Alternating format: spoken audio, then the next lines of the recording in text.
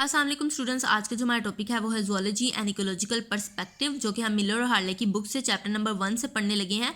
Students, हमने पिछली video में अपनी जो एवोल्यूशनरी पर्सपेक्टिव पढ़ा था ज़ूलॉजी का। आज हम रीड करने लगे हैं इकोलॉजिकल पर्सपेक्टिव को। स्टूडेंट्स, अगर आपने मेरे इस चैनल को लाइक और सब्सक्राइब नहीं किया तो please like and subscribe my channel so that कि इससे नेक्स्ट टॉपिक की वीडियो आपको फ़ौरन मिल जाए। तो चलिए स्टार्ट करते हैं। Just as important to zoology as an evolutionary perspective is an ecological perspective.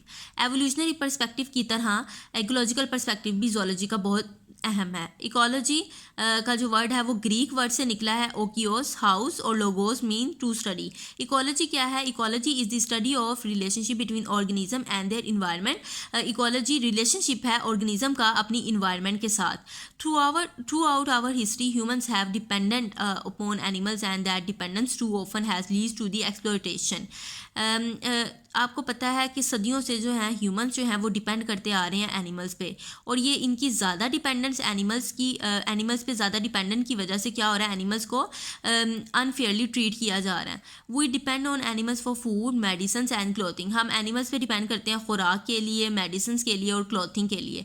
We also depend on animal in other more subtle ways. ठीक है, हम सदियों से ना एनिमल्स पे डिपेंड करते आ रहे हैं। This dependence may not be notice until human activities upset the delicate ecological balance that have evolved over hundreds of thousands of years। ठीक है, ये जो डिपेंडेंस है ना ह्यूमंस की एनिमल्स पर, ये इतनी ज़्यादा ना नोटिस नहीं होनी थी अगर जो ह्यूमंस जो है वो इकोलॉजिकल बैलेंस को डिस्टर्ब ना करते। आपको पता है ह्यूमंस और डिस्टर्ब ना करें, ऐसा हो ही नहीं सकता। ह्यूमंस ने क्या किया कि इकोलॉजिकल बैलेंस को क्या किया, डिस्टर्ब कर दिया। अब इन दी 1950 the giant Nile perch was introduce into the lake Victoria. 1950 में क्या हुआ, एक नाइल पर्च कहते हैं फ़िश को, फ्रेश ऐसी फ़िश जो कि फ्रेश वाटर में रहती है।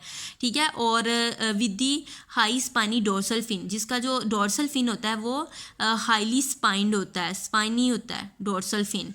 ठीक है, ये फ्रेश वाटर फिश थी जिसको इंट्रोड्यूस करवा दिया गया लेक विक्टोरिया में। अब हुआ क्या देखें, in an attempt to increase the lake fishery. ठीक है, उनका तो मकसद यही था कि अगर हम इस पर्च को क्या लेक विक्टोरिया में इंट्रोड्यूस करवा देंगे तो फ़िश की जो पॉपुलेशन है ना वो इंक्रीज़ हो जाएगी। इस तरह जो फ़िशेज़ है ना उनकी जो स्पीशीज़ हैं वो एक्सटिंक्ट होने से बच जाएंगी।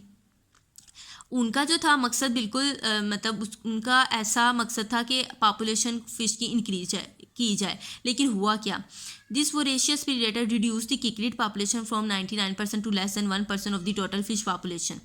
अब इस फिश ने क्या किया, जब इस फिश को लेक विक्टोरिया में इंट्रोड्यूस करवाया गया तो उसके लेक विक्टोरिया में पहले से एक फ़िश मौजूद थी जिसका नाम था किकलिड। किकलिड क्या होती हैं, फ्रेश वाटर फिशेस होती हैं जो जिनको ट्रॉपिकल एक्वेरियम में भी रखा जाता है, और इसके अलावा ये ना स्पाइनी होती हैं, स्पाइनी फिंड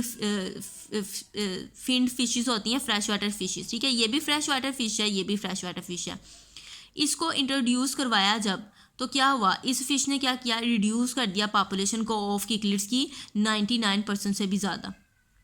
ठीक है, और फिर क्या हुआ कि किकलिड की जो पॉपुलेशन है वो रह गई 1% से भी कम, and has resulted in the extinction of many cichlid species. और क्या हुआ कि बहुत ज़्यादा किकलिड की जो स्पीशी थी वो एक्सटिंक्ट हो गई, नापैद हो गई। मकसद तो उनका यही था कि जब हम नाइल पर्च को इंट्रोड्यूस करवाएंगे लेक विक्टोरिया में तो पॉपुलेशन फ़िश की बढ़ जाएगी, लेकिन उल्ट हो गया। ये तो वहाँ पर चलेगी, लेकिन इसने क्या कर दिया, किकलिड्स की जो पॉपुलेशन है उसको रिड्यूस कर दिया और बहुत सारी स्पीशीज़ जो थी वो नापैद हो गई। Because many of the cichlids fed on algae, क्योंकि बहुत सारी जो किकलिड्स थी वो एल्जी को खाती थी। And the algae in the lake grew uncontrolled, और इस लेक में ना एल्जी अनकंट्रोल्ड ग्रू करती थी, या बहुत ज़्यादा ग्रू करती थी। When the algae died and decade, जब एल्जी मर गई तो much of the lake became depleted of oxygen, तो लेक में क्या हो गया, ऑक्सीजन की कमी हो गई। देखिए यहाँ हमने पढ़ा कि एक तो था कि नाइल पर्च को जब हमने इंट्रोड्यूस करवाया लेक विक्टोरिया में तो किकलिड की पॉपुलेशन जो थी ना वो एक्सटिंक्ट हो गई, कुछ स्पीशीज़ जो थी किकलिड्स की वो एक्सटिंक्ट हो गई, और पॉपुलेशन जो किकलिड्स की थी वो लेस दैन 1% रह गई। तो क्या सिर्फ यही एक वजह थी जिसकी वजह से पॉपुलेशन किकलिड्स की कम हुई? इसके अलावा और कौन कौन सी वजह थी? तो एक वजह ये थी कि एल्जी ख़त्म हो गई थी। एल्जी ख़त्म हो गई थी जिसकी वजह से ऑक्सीजन की कमी हो गई उस लेक में, और बहुत सी पॉपुलेशन जो थी वो किकलिड की वो एक्सटिंक्ट होंगी। आगे चलते हैं, और कौन कौन सी वजह है जिसकी वजह से जो पॉपुलेशन होती है फिशेज़ की वो एक्सटिंक्ट हो जाती हैं, और बहुत सी पॉपुलेशन कम हो जाती है और स्पीशीज़ जो हैं वो एक्सटिंक्ट हो जाती हैं। तो देखते हैं, number 1 is the over fishing. Over fishing की वजह से भी ऐसा हो जाता है कि जब आप ज़्यादा ओवर फिशिंग करते हैं तो पॉपुलेशन कम रह जाती है। एग्रीकल्चर रन ऑफ की वजह से and waste from the growing urban population have lead to the some cichlid extinction in the lake.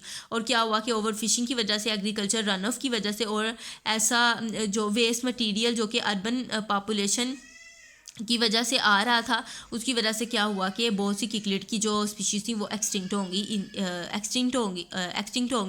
इनकी इन दी लेक में। तो स्टूडेंट्स, ये था हमारा आज का टॉपिक जो था ज़ूलॉजी एंड इकोलॉजिकल पर्सपेक्टिव। अगर आप चाहते हैं इससे नेक्स्ट टॉपिक की वीडियो आपको फ़ौरन मिल जाए तो please like and subscribe my channel. मिलते हैं हम अपनी नेक्स्ट वीडियो में। अल्लाह हाफिज़।